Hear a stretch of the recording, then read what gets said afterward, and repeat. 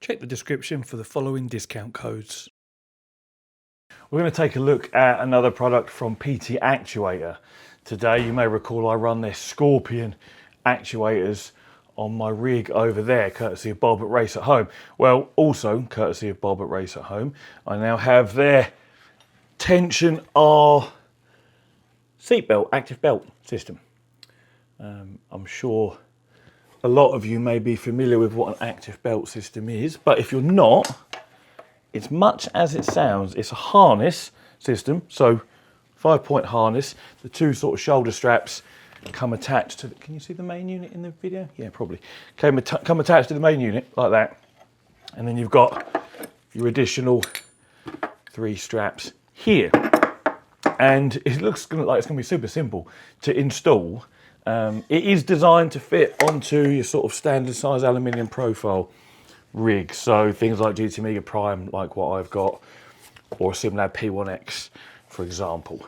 These brackets you see at the back here are spaced perfectly to literally just slot on the back, like immediately below my seat there, and to just be done up with T-nuts and bolts. And that's literally all there is from installing that point of view. And then you feed your shoulder straps through the holes in the top of your seat, and then like your lap belt, and probably a centre belt that will come up between your legs. Just bolts again to your aluminium profile rig. So I've got a couple of bags of T-nuts, bolts and washers to enable me to do that. I've got a power supply and a USB cable. That's all there is to it. So I'm literally just going to whack this on the rig, give it a go, and tell you, whether it works well and what I think about it. I've used 2 other active belt systems in the past. Now, the best one I've used not only pulls the shoulder straps, but pulls around my waist as well. So I think that's probably going to be the benchmark or the bar that's been set for my reference point, because this is just one sort of or motor or actuator, whatever's inside this box, that literally tightens the shoulder straps. And the idea is, under braking in real life, the acceleration or the momentum, that your body has traveling forward at whatever speed it might be, when the car brakes, when you brake the car and the car wants to slow down, your body carries the momentum that it's got and you push into the seat belts or harnesses in your car, because your body's still trying to move forward at the speed which it was, and the car is slowing it down. You're still moving forward the whole time. I've said this before about motion. The only time you get pulled backwards in real life is when you put your car in reverse and you are pulled backwards. When you're slowing down, when you're decelerating, you're always moving forward the entire time, right up to the point where the car comes to a dead stop, at which point you could go in reverse if you wanted to. So what this is trying to simulate is the feeling that our bodies, our torsos would experience, which in real life is us pushing into our belts because the car's slowing down and we're still trying to go forward. And the way it simulates that is to pull the belts tight against us as we're braking in the simulator. Now, I believe this has independent left and right tension, so you can set it up so that when you're cornering, you can get a little bit of tension on one side and not the other. A bit like the Sim Racing Studio wind simulator kits that do the wind curving, whereby as you're cornering, one fan will blow faster or slower than the other. And again, that the wind simulation side of thing isn't really a realistic, it's not a simulation of what happens in real life. It's just another form of physical feedback about what your car is doing. And not only does it keep you quite cool, it's just another physical cue that you kind of get used to knowing, and just adds to the whole experience. And that's what I think we're gonna have with this today. I think it's gonna be one of those things that perhaps doesn't feel 100% realistic, because it's kind of like the inverse of what happens in real life. And also, I think that it's going to feel, the way this works, being sat at the bottom of your seat, I think it's going to pull down on my shoulders more perhaps than just pulling back. I mean, we'll see how it works. So, but yeah, I'm just sort of speculating until I actually get it set up and have a go. But I think even if it doesn't feel the most realistic of simulations, it's still going to be another form of physical feedback about what your car is doing, which in this case would be deceleration and perhaps cornering if you tune it that way as well. Now, price-wise, before I get it installed and test it, you can buy these from raceathome.co.uk, and they are £825. And you have a couple of options there, mounting size. What have we got here? 4080 or 4160. Oh, okay. So I guess you'll get different brackets depending on what size aluminium profile you have. But it says here they're out of stock at the moment. I'm sure when I spoke to Bob, he said he's stocking these. I mean, they're on the website. So perhaps just give Bob at Race at Home an email and ask him when they're actually going to be available. There's nothing worse than reviewing things that people can't actually buy. At least I don't think so. Because get people all, oh, that's great car, excellent. Can I buy one? No. So you should be able to buy them from Bob at Race at Home if you're in the UK. If you can't, you have to buy them directly from PT Actuator, and they are $999. Now I'm on their website. I'm just seeing whether it says they have stock. It doesn't actually say. They're there, and you can literally click buy it now. So presumably they do have them over at PT Actuator, because the buy now button is, in fact, let's just click through the buy now button and see what happens. Well, yeah, it's literally taking me to a PayPal link to be able to buy one at $999, PT Active Belt Tension R. So I guess PT Actuator have got stock. Race at Home must be waiting for a shipment, I would imagine. In fact, I'm sure Bob will probably comment in the comments below, letting us all know, because he's usually on my channel writing something, usually taking the piss in the comments, because that's what Bob's like. But anyway, let's get enough waffle. Let's get this installed on my rig. I'm not going to, sort of video a close up. I've literally got to do like 4 bolts at the top, 4 at the bottom, and 1 for each belt. So I'll get it installed. I'll have a little play with it, and I'll see what I think. Well, here's the unit installed. It was literally just as easy as I was expecting. I've got my, I don't know how well you're going to be able to see this, but my 4 bolts in the top there, and obviously there's 4 underneath as well. Fits perfectly in between the back of my aluminium profile rig there. The belts obviously go up straight through the back of my GT Amiga seat. Now I've got my lap belt. I've bolted it on here at the top. If you haven't got upright actuators, you could of course bolt it at the side and further down the side if you wanted to as well. The reason I've done it here is because when I use this for flight sim, which is actually how it's still set up at the moment, I have this seat all the way back because that yoke sticks out an absolute mile. So that's why I've fitted them there, so they can literally still function with the seat as far back as possible. So there's one there, and then of course one on the other side as well. And then the final one is between your legs. Let's see if we can get it in shot. Just at the front there, and then that obviously comes up onto the seat between your legs, and you see your 2 lap belts, and you can see where they all clip in together, and the 2 shoulder straps coming through the top there. So that's it installed. It literally took less than 10 minutes, super easy, no problems whatsoever. So I'm going to have a little play now, get all the software configured, and we'll get back with some thoughts on it in a little while. Well, that was a lot of fun to have a play around with. First of all, there's my microphone.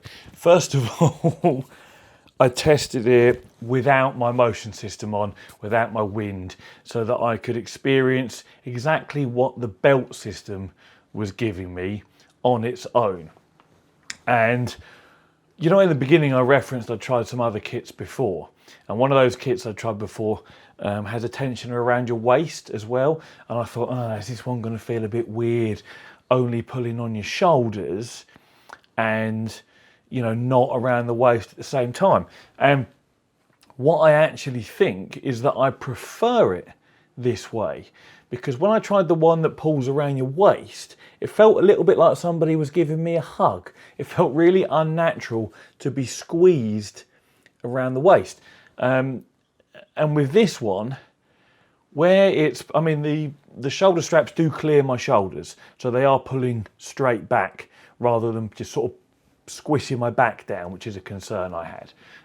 You might see some other systems where they actually mount the belt tension at shoulder height, so the straps are pulling straight back, or you can see people that have fitted pulleys at shoulder height at the back of their seats, again, so the belts pull straight backwards rather than squishing down your shoulders. Well, that seat height is obviously just about right for me. I'm pretty much bang on 6 foot, maybe a touch under at the end of the day, and a little bit over first thing in the morning. But it doesn't feel at all like it's pulling down on me. It literally feels like, it doesn't feel like I'm in a car in real life and I'm pushing into my seatbelt, but it's very close. You know, one of the things we lack in the sim that we can't replicate is that in real life, when you press on the brakes and you squish into your harness, your head wants to go forward like this. And of course, you don't get that sensation in the sim because my head, or your head, doesn't really have any inertia or momentum. So your body isn't being slowed down, your head isn't still trying to go forward. But it feels really, really good. It feels better than I was expecting, is my honest review of this. I was a little bit skeptical. I was thinking, it's going to feel like it's just pulling down on my shoulders. Without the waist tensioner as well, I think it's just going to be like someone sitting on my shoulders. It's not going to work very well. And I'm really pleased to say it's totally the opposite. I prefer it without the waist. I'm not being hugged. That didn't feel right. And the way that the height of it pulls perfectly on my shoulders. One of the things I love the most, and I really do love this is great. One of the things I love the best is actually the effects you get when you're cornering. When I'm cornering and the inner belt, no, it's the outer belt, pulls snug. It doesn't pull anywhere as tight as it does under braking, but it really feels, it reminds me of driving my old Escort RS Turbo Cabriolet I had that had like 300 horsepower in this old 80s Escort. It was an insane little car for thrashing around, but it had no power steering. And like, so steering was really heavy. This feels quite heavy the way I've got the steering set at the moment. And when you corner and that belt pulls tight, it almost feels like you've got that sideways G-force and you're struggling to get round the corner, which is something totally unexpected. Now again, this obviously you're not really, I mean, I've got motion in play as well here, but even without just that additional sort of pressure that biases you to one side, giving you some physical feedback about what you're doing, it just works so well. I was honestly, I've been really over and above impressed. I thought it was going to be a little bit pony and one of those things where it's like, yeah, it's all right, but no big deal. But I actually really, really like it. So for me, I actually turned the surge, which is how you control like your forward and deceleration, and that's what affects how aggressively the belt tightens you under braking. I've got mine up to the maximum, up to 20. And that feels right to me. That's how I like it. I like an aggressive feeling because if you're braking from 140 miles an hour in real life, your body is going to push hard into your harness. So that's how I've got it sort of tuned on this as well. I won't go into the tuning software today. It's just a standard Sim Racing Studio software that they use for their wind sim, for their motion, for all of their little, their tactile setups, a whole lot. So it's literally just moving sliders, surge slider, heave slider, sway slider, and a filter as well. Super simple to use. And I plugged everything in. It was recognised immediately, prompted me to install the driver. I just clicked yes, it installed the driver. It all worked straight away. One of the biggest ball aches with sim racing and extra hardware is cables. It's another USB cable and another power cable. And at the moment, I don't know if you can see in the video, but the power supply is just sat on the floor, as is the bright red USB cable. Now this is something they could do to improve actually. We could do with a longer power and USB cable, because this fits at the back of our sim rigs, whereas all our other electronics sits at the front. Steering wheel, pedals, shifter, our displays, wind sim if you've got it. That's all at the front of the sim rig. So that's where my power sockets are and where my 20 USB hubs are. And yet with this, it's at the back, but it's come with relatively short cables. So I've used a USB extension cable, and then handily I just happen to have a power socket like to the right of my room over there. But it's not obviously ideal, and I need to find a tidier and more convenient solution than having cables just laying across the floor of the room. But you know, just a minor gripe. Could do with some slightly longer cables just to allow us all to, you know, run the cables a bit easier, a bit where we need to go. Because I may have to use like a power extension lead, like 240 volt one, to be able to keep that plugged in and run that at the back out the way so it isn't across my floor, and other people may have to do the same. Not the end of the world, you know, you can get quite neat tidy single power cable extensions, but can easily be solved by supplying it with a 5 meter power cable and a 5 meter USB cable or something like that, you know, just so we don't have to go, oh, I've got my new toy, I can't plug it in easily, I've got to have stuff laying in the middle of the room. So that would be nice to have. Other things to talk about. Oh yeah, this is brilliant. I've probably already put a clip up of me using it. Obviously you can't see the belts working in the video, so it's just a small clip of me like doing it, even though you can't really see it. One of the funny things is, it says on the side of the unit, USB-C, but it isn't USB-C. That's a micro USB port you can see in this clip here. So that's a bit of a weird one. I don't know why that is. And the other thing is, I'm guessing it's motors inside this rather than actuators, because that would make more sense. They're very noisy. Like, I'll put a clip up now with all the other sounds turned off in the room, so no game sounds, motion systems off, wind is off. All you'll hear is the fan potentially from my PC in the background, and then the gear motors operating inside this Tension R unit, and you'll see they're quite loud. I'm just going to shut up and let you listen.